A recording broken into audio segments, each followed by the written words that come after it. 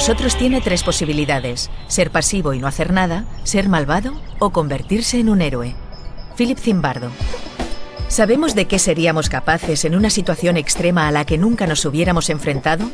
¿Somos realmente quienes creemos que somos? Hace más de 30 años, el psicólogo Philip Zimbardo quiso ver qué sucedía si se colocaba a gente buena en un lugar malvado. El experimento de la prisión de Stanford se le fue de las manos y tuvo que ser interrumpido a los pocos días de empezar. Sin embargo, bastó para ser mundialmente famoso y para demostrar lo mucho que el entorno puede cambiar a las personas. Hoy, el propio Zimbardo le cuenta a Eduardo Punset cómo se desarrolló el cruel experimento y qué conclusiones se extrajeron acerca de la naturaleza humana.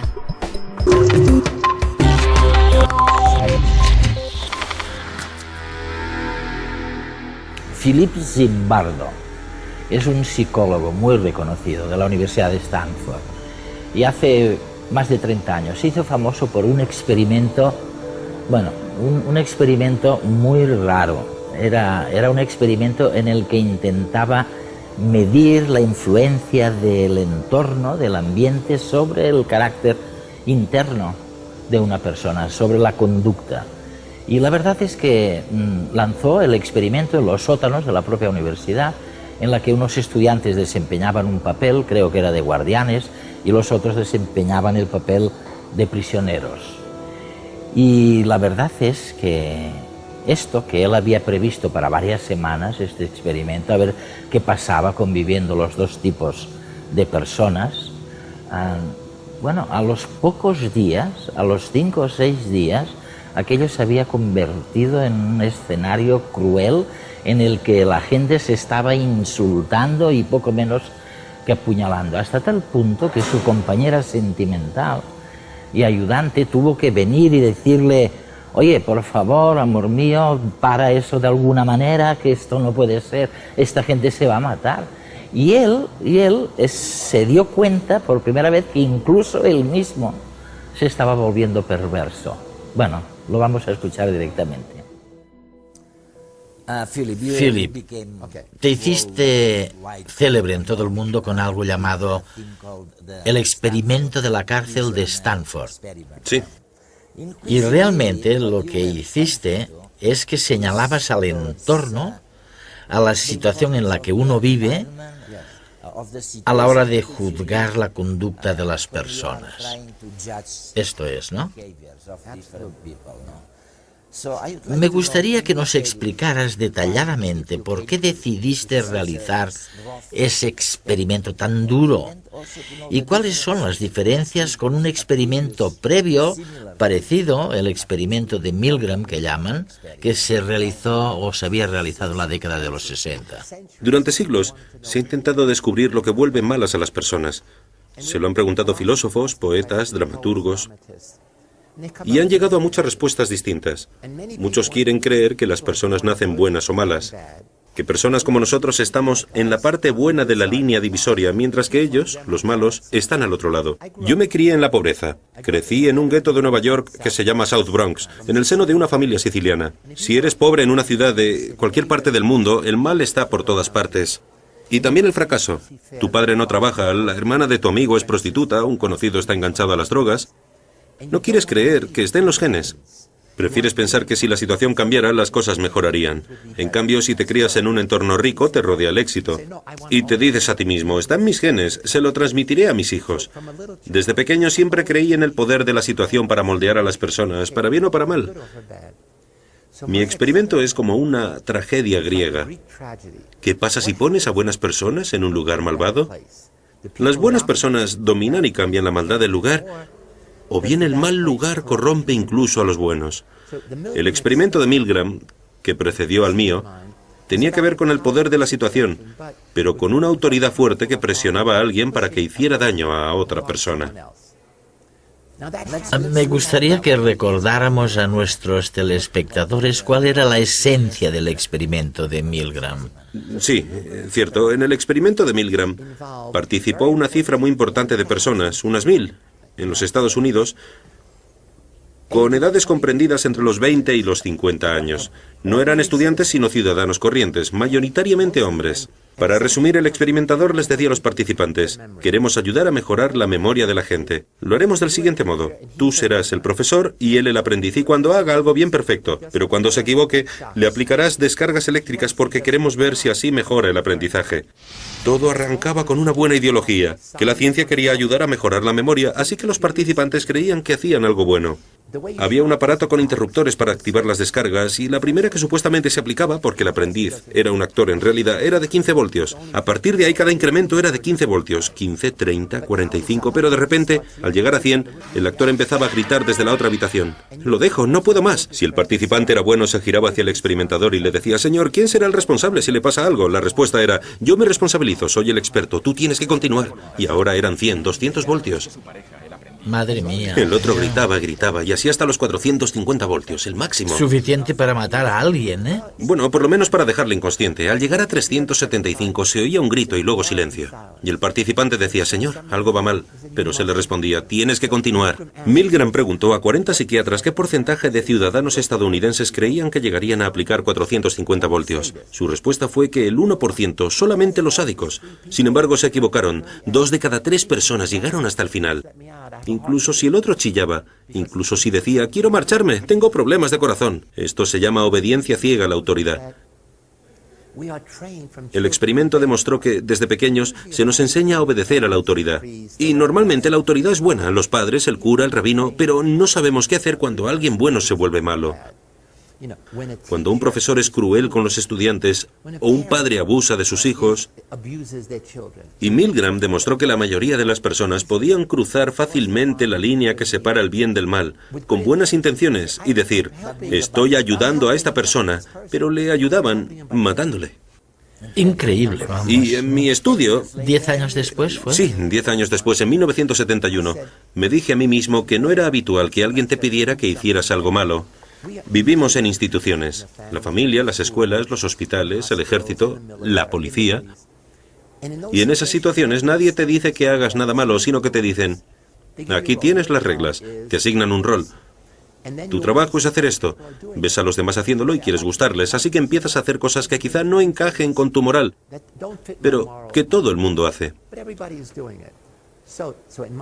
En mi estudio, busqué estudiantes que estuvieran en alguna universidad cerca de la Universidad de Stanford, en California. Pusimos un anuncio en el periódico diciendo que buscábamos estudiantes para 2 semanas y que cobrarían $15 al día por participar en un estudio sobre la vida en la cárcel. Luego hicimos test de personalidad y entrevistas y elegimos de entre unas 75 personas a los más normales. Lanzamos una moneda al aire. Él será recluso, el carcelero, y todo el mundo sabía que era un experimento, pero para hacerlo más convincente, hicimos que la policía detuviera a los chavales que iban a ser reclusos, que fueran a su casa, a la universidad o a donde fuera, uniformados, y les dijeran: fulanito, quedas detenido por robo a mano armada, acompáñame. Luego los esposaron, subieron al coche y encendieron la sirena. Incluso sabiendo que no habían hecho nada, se sentían culpables. Y luego los llevaron a comisaría y les tomaron huellas dactilares, les hicieron fotos y los pusieron en una celda real. Lo que queríamos era que las autoridades se encargaran de privarlos de libertad. A continuación, los policías les vendaron los ojos y nosotros los subimos a un coche y los trasladamos a nuestra cárcel. Y cuando les quitamos la venda, ahí estaban desnudos, y con todo el mundo burlándose de ellos. Les pusimos nuestro uniforme y empezó el experimento. Los guardias habían llegado el día antes porque queríamos que sintieran que era su cárcel. Les dimos bonitos uniformes, porras, silbatos, esposas y también gafas de sol reflectantes para que nadie pudiera verles los ojos. Queríamos que los carceleros fueran anónimos y que todos tuvieran el mismo aspecto. El primer día creíamos que no pasaba nada, porque los guardias eran buenas personas. Era 1971, eran hippies, activistas de los derechos civiles. Cuando llegaron y les preguntamos si querían ser carceleros o reclusos, nos dijeron: no quiero ser guardia, no voy a la universidad para serlo. Algunos incluso dijeron que los policías y guardias eran todos unos cerdos. Era la época. Así que no eran malas personas ni querían ser carceleros. De hecho, al principio no había diferencia alguna entre guardias y reclusos. Además, se les asignaba el papel lanzando una moneda. Todos lo sabían. Los presos no habían hecho nada malo, era un experimento. Sin embargo, al cabo de 2 días los guardias empezaron a decir que los reclusos eran peligrosos y que había que aplacarlos. Y es que durante el segundo día los presos se rebelaron y dijeron que no querían llevar números ni gorrillos absurdos en la cabeza y empezaron a insultar a los guardias, que me preguntaron: ¿y ahora qué vamos a hacer? Yo les dije: es vuestra cárcel, ¿qué vais a hacer? ¿Eso es lo que les dijiste? Sí, es vuestra cárcel. En cada turno había 9 presos y 3 guardias. Y me dijeron que tenían que llamar a los guardias del resto de turnos. Y entonces los guardias utilizaron la fuerza física para controlar a los presos, que según ellos eran reclusos peligrosos. Nada de estudiantes, nada de un experimento. Por su parte, los reclusos empezaron a pensar que estaban en una cárcel dirigida por un psicólogo y no por el Estado. En ese momento se convirtió en una cárcel real. Y así fue como un experimento que tenía que durar 2 meses. No, tenía que durar 2 semanas. Pero duró 5 o 6 días solo. 6 días solamente. En mi libro El efecto Lucifer dedico un capítulo a cada día porque quiero que el lector comprenda cómo se puede aplacar a alguien con palabras. ¿Cómo se le puede reducir creando una situación en la que se sienta impotente? Yo era el superintendente de la cárcel y dije que nada de violencia física, pero los guardias recurrieron a la violencia psicológica. Si un guardia contaba un chiste y te reías, te castigaba. Si lo contaba y no te reías, también te castigaba. Te sentías impotente porque no sabías qué hacer. Un inciso. Sí. ¿Por qué crees que el anonimato desempeña un papel tan importante en la conducta sádica? Es crucial. El anonimato significa: yo no soy Phil Zimbardo, no soy responsable de mi comportamiento. Me pongo una máscara, una capucha, como los terroristas. Si se roba un banco, se esconde la identidad. Pero si lo haces durante suficiente tiempo, pierdes la identidad y te conviertes en la máscara.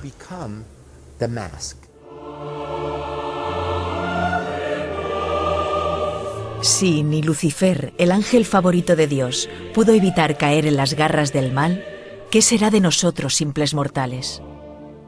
Es inquietante que a veces personas normales, de naturaleza buena, se transformen en verdaderos demonios, capaces de infligir las más horripilantes torturas y muertes a sus congéneres. La semilla del mal se desarrolla a nivel psicológico cada vez que asumimos, sin sopesarlo, una autoridad abusiva, cuando caemos en el beneplácito de la pasividad ante la injusticia y la violencia, o cuando agredimos a otro para ser aceptados en un grupo.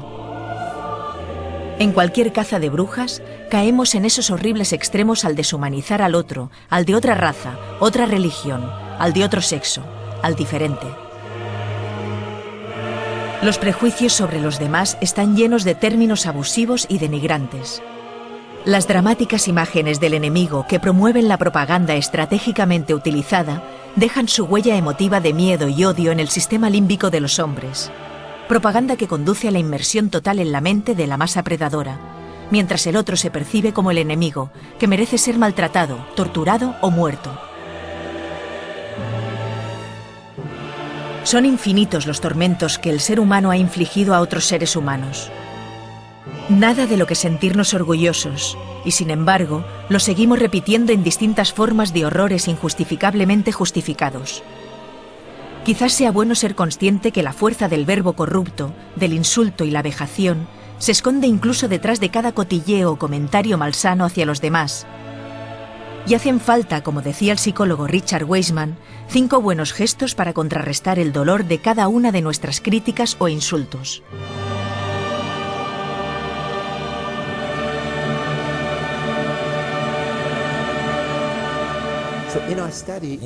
En nuestro estudio, cada turno de guardias era peor que el anterior. Pero lo peor era de noche, porque los guardias sabían que yo tenía que irme a dormir en algún momento. Dormía en mi oficina, en el piso de arriba, en el departamento de psicología. Al día siguiente, mirábamos el vídeo y veíamos que habían hecho cosas terribles y yo les decía que no se pasaran tanto y me decían: sí, señor. Pero al día siguiente empeoraba todavía más. Los presos empezaron a tener crisis emocionales tras 36 horas. Cada día un recluso distinto se venía abajo y teníamos que llevárnoslo al médico. Las crisis tenían una duración limitada porque cuando los sacábamos de la situación y les quitábamos el uniforme volvían a la normalidad. Al final del estudio dedicamos un día entero a hacer balance. Nos reunimos con los reclusos y luego con los guardias y finalmente todos juntos. Les dije, todos hemos hecho cosas malas, yo incluido, porque yo me había convertido en el superintendente, no en el psicólogo. Había visto cosas terribles, las había permitido y terminé el estudio tras 6 días. Pero el verdadero motivo por el que lo acabé es que a mitad del experimento quise que algunos psicólogos que no conocían el estudio entrevistaran a todos los participantes. A mí, a los estudiantes, a los presos, a los guardias. Y una de las personas que vino fue una mujer que había sido mi alumna. Había obtenido el doctorado en Stanford y estaba a punto de ser profesora en Berkeley. Y yo justo había empezado a salir con ella. Llegó y le dije, mira esto, ¿a qué es interesante? Pero se le llenaron los ojos de lágrimas y me dijo, ¿pero cómo se os ocurre? Vio a los guardias ponerles a los presos una bolsa en la cabeza, encadenarles los pies y forzarlos a andar agarrados del hombro entre insultos y empujones. Porque eran las 10 de la noche y era el último momento en que se les permitía ir al servicio. Los guardias lo utilizaban como una oportunidad para abusar de los presos. Yo lo veía y anotaba en la lista. Es el turno de ir al servicio de las 10. Para mí no era más que un control rutinario. Ella lo vio y se fue corriendo. Y yo fui tras ella y le dije, ¿pero qué te pasa? Es la naturaleza humana. Y ella te dio la culpa. Entonces me dijo, es terrible lo que les estáis haciendo a estos chavales. No son reclusos, son chiquillos y tú eres el responsable. Yo le dije, ¿pero a ti qué te pasa? Menuda psicóloga estás hecha, eres demasiado blanda. Y ella respondió, espera un momento, creo que no quiero continuar mi relación contigo si este es tu verdadero yo. Creía que eras cariñoso y bondadoso, pero no sé quién eres. Fue como una bofetada en la cara. Pensé, Dios mío. Ahí fue cuando dije, se acabó.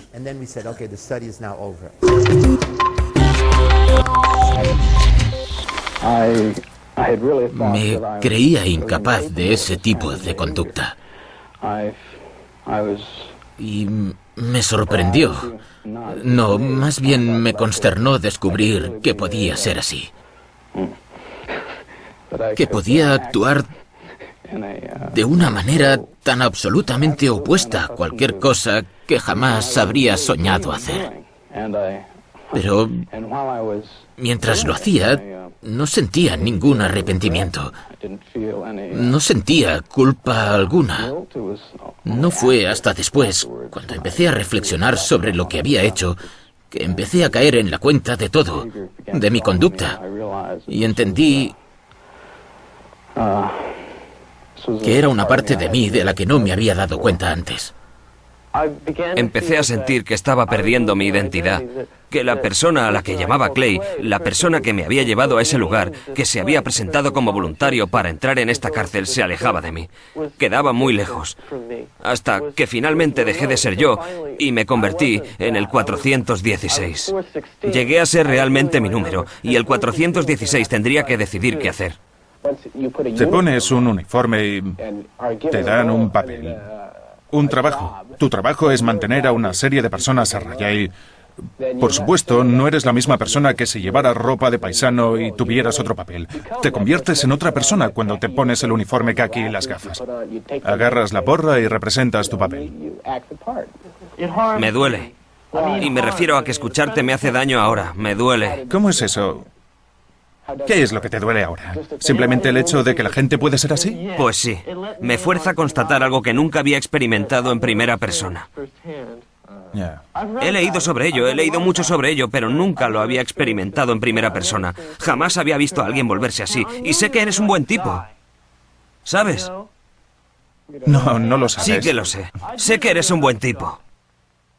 Entonces me odias. No creo que porque sepa en lo que puedes llegar a convertirte, sepa lo que estás dispuesto a hacer.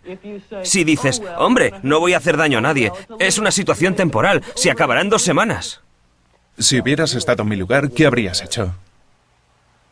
No lo sé. No sé lo que habría hecho.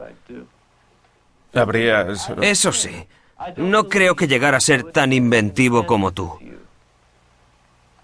Dices... No creo que aplicara tanta imaginación a lo que estuviera haciendo. ¿Entiendes? Sí, lo entiendo. Creo que habría sido un guardia, pero no creo que pudiera conseguir semejante obra maestra.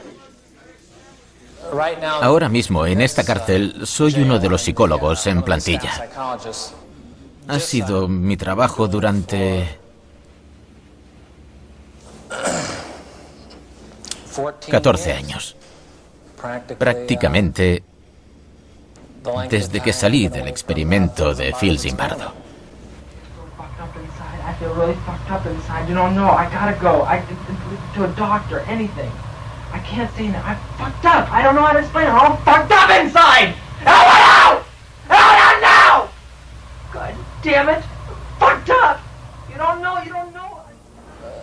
Fue una experiencia única. Nunca en mi vida he gritado tan fuerte. Jamás me he sentido tan destrozado. Experimenté lo que es estar fuera de control, tanto respecto a la situación como respecto a mis sentimientos. Tal vez siempre había tenido dificultades con la noción de perder el control. Quería entenderme a mí mismo. Por eso estudié psicología, para que el inconsciente no me controlara como lo hizo durante todo el experimento, durante toda la situación. Estaba confundido, no sabía cuál era mi papel. Y por eso pensé que si me dedicaba a la psicología, aprendería qué es lo que mueve a las personas. Lograría no tenerle tanto miedo al inconsciente. Todo el mundo puede ser guardia. Pero resulta más difícil mantenerse en guardia contra el impulso de ser sádico. Porque es como una furia contenida, una maldad que se puede reprimir, pero que no tiene a dónde ir. Saldrá por algún lado, tangencialmente, de un modo sádico o como sea. Creo que se puede tener más control como recluso, tal vez porque esta es mi experiencia. Todo el mundo necesita experimentar lo que es sentirse preso. Creo que si volviera al experimento ahora, no estaría ni de lejos tan confundido. Sería capaz de hacer muchas cosas de otro modo y no me sentiría tan inseguro sobre qué hacer, porque entendería mucho más cuáles son mis opciones. He conocido a reclusos reales en la cárcel que tenían una dignidad excepcional, que no menospreciaban a los guardias, sino que les tenían mucho respeto, y que no creaban en los carceleros un impulso sádico, porque podían ir más allá de la vergüenza de su papel. Sabían mantener la dignidad dentro de esa situación.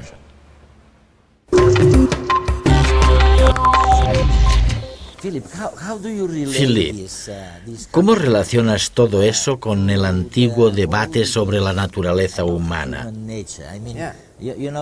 Tenemos por un lado, como tú sabes muy bien, la idea budista de que el ser humano es amable. Pero por otro lado está la idea occidental de que somos agresivos y nuestra naturaleza es mala. Creo que es un debate artificial. Creo que las personas nacen con la capacidad de ser buenas o malas, afectuosas o indiferentes, creativas o destructivas, que la misma mente empuja a unos a convertirse en villanos y a otros en héroes. Pero es la misma mente, porque por lo general, para ser un héroe hay que tener un mal contra el que luchar. Debe haber destrucción. De modo que la misma situación que hace que alguien cometa actos terribles hace que otra persona sea un héroe. No sabemos por qué exactamente. Hay muchos estudios sobre el mal, pero pocos sobre el heroísmo. Es fantástico, ¿no? Porque, veamos, tanto en el caso del héroe como en el del criminal, ¿quién es responsable? ¿La propia persona? ¿La institución? ¿El sistema? ¿Qué opinas tú?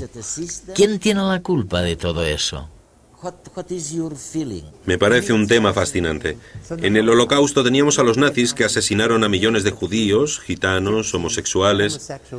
Pero en todos los países del mundo, bueno, en los países en los que estuvieron los nazis, hubo personas que ayudaron a los judíos, que arriesgaron sus vidas, y eran personas corrientes. ¿Y cuál es la diferencia entre las personas que cometieron actos atroces y los que hicieron cosas buenas? ¿Podríamos intercambiarlos? No lo sabemos, es como un experimento humano. Lo que intento entender es si como sociedad podemos crear maneras nuevas de educar a los niños para empujarlos en una dirección en la que piensen que son héroes a la espera. Un héroe puede ser la madre de alguien. Un héroe es alguien que ayuda a los niños de África cada día y hace de eso su trabajo. Así que hay que ensalzar a los héroes normales y corrientes. De hecho, quiero crear una enciclopedia de héroes en Internet, en la red, como la Wikipedia. Y ya he empezado. Tengo unos 1000 perfiles con fotografías e historias. Quiero animar a la gente de todo el mundo a que diga, he aquí mi héroe. A que nos mande información. Queremos tener todos los héroes históricos, los famosos como Aquiles y Agamenón,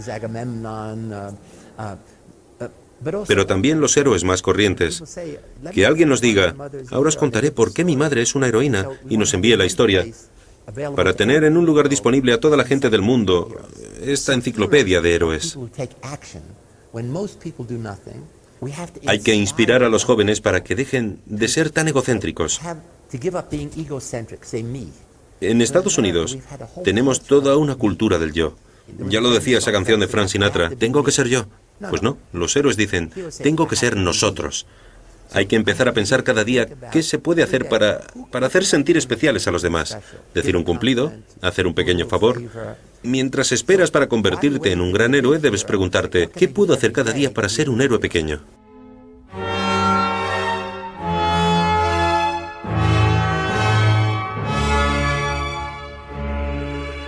A los héroes reales ni les salen rayos por los ojos ni tienen superpoderes. Los héroes ordinarios son gente corriente, como tú o como yo. Lo único que les distingue es su coraje, compasión, dignidad e integridad cuando se ven confrontados por una situación injusta, abusiva o crudamente criminal. Entonces son activos y creen verdaderamente en su propio sentido de lo que está bien y es correcto. Lo creen hasta el punto de sacrificarlo todo, de arriesgar la vida si hace falta, o su posición, su carrera, o la aceptación de los demás. No son egocéntricos, son sociocéntricos. El sendero del héroe está plagado de innumerables pruebas. Las más duras, superar sus temores y miedos cuando se enfrentan con la masa. Porque ésta se mueve por miedo, inercia y obediencia ciega. Y es que la autoridad no es necesariamente sinónimo de sabiduría, no lo olvidemos. Sin embargo, el del héroe no es un mero acto de rebeldía. Su reacción al ayudar a alguien va unida a un profundo sentido de la responsabilidad. No busca el interés, que lo compensen, ensalcen o hablen de él. Para estas personas su acción no es más que el resultado de lo que es lógico y normal. Es sencillamente lo que todos deberían hacer. Al final del camino, la ganancia del héroe es haber recuperado su alma, haberse convertido en un auténtico individuo. Recuerda que tú también llevas un héroe dentro, esperando salir si alguna vez es necesario. Hay otra cosa muy interesante, y es, tú has investigado sobre la influencia del tiempo. Sí. Del tiempo en la conducta. Y mientras hablabas estaba pensando, cuándo se es bueno o malo según el tiempo. Me alegro de que me lo digas, Eduardo. He estudiado la psicología del tiempo durante 30 años. Nuevamente, teniendo en cuenta mis orígenes, debo decir que cuando se es pobre, todo el mundo vive en el presente o en el pasado, no en el futuro. La manera de volverte rico y llegar a la clase media es mediante una educación que te centre en el futuro. Si estás orientado al futuro, antes de tomar una decisión, sopesas cuáles son los costes y cuáles son los beneficios. Si los costes son grandes, no lo haces. Si los beneficios son grandes, sí que lo haces, por supuesto. Básicamente, lo que hemos hecho es crear una escala para medir las distintas zonas temporales de la gente respecto al pasado, presente y futuro. Se puede pensar en el pasado de dos maneras.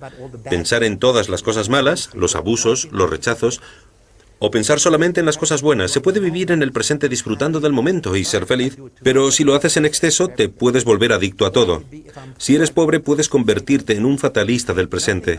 Nada de lo que haga va a cambiar las cosas. Entonces no planearás nada, porque tener planes o no tenerlos no cambia nada. Lo que hemos demostrado es que estas zonas temporales distintas tienen una gran influencia sobre nosotros, sobre la gente con la que nos asociamos, el tipo de trabajo que buscamos, las probabilidades de meternos en líos y cometer delitos.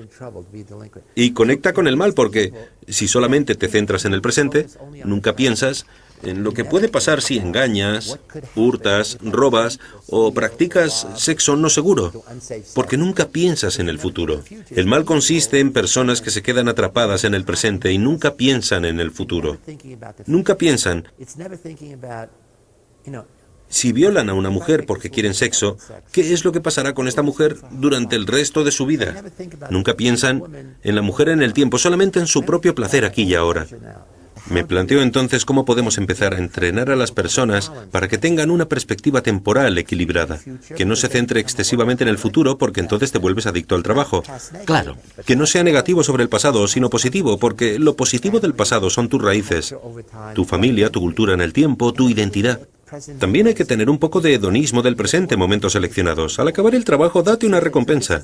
Este es el equilibrio temporal ideal.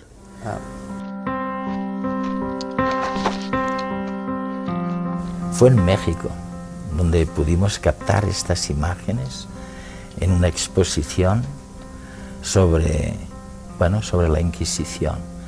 Y yo creo que viene muy a cuento para expresar la conclusión principal que hemos sacado de este programa de redes. Y es que cuando el ser humano lo ponemos en un medio, en un entorno autoritario, despótico, en una institución que rige a sus súbditos de una manera cruel, la mejor persona del mundo se puede convertir en un simple asesino. Los héroes son personas que actúan cuando la mayor parte de la gente no hace nada. Philip Zimbardo.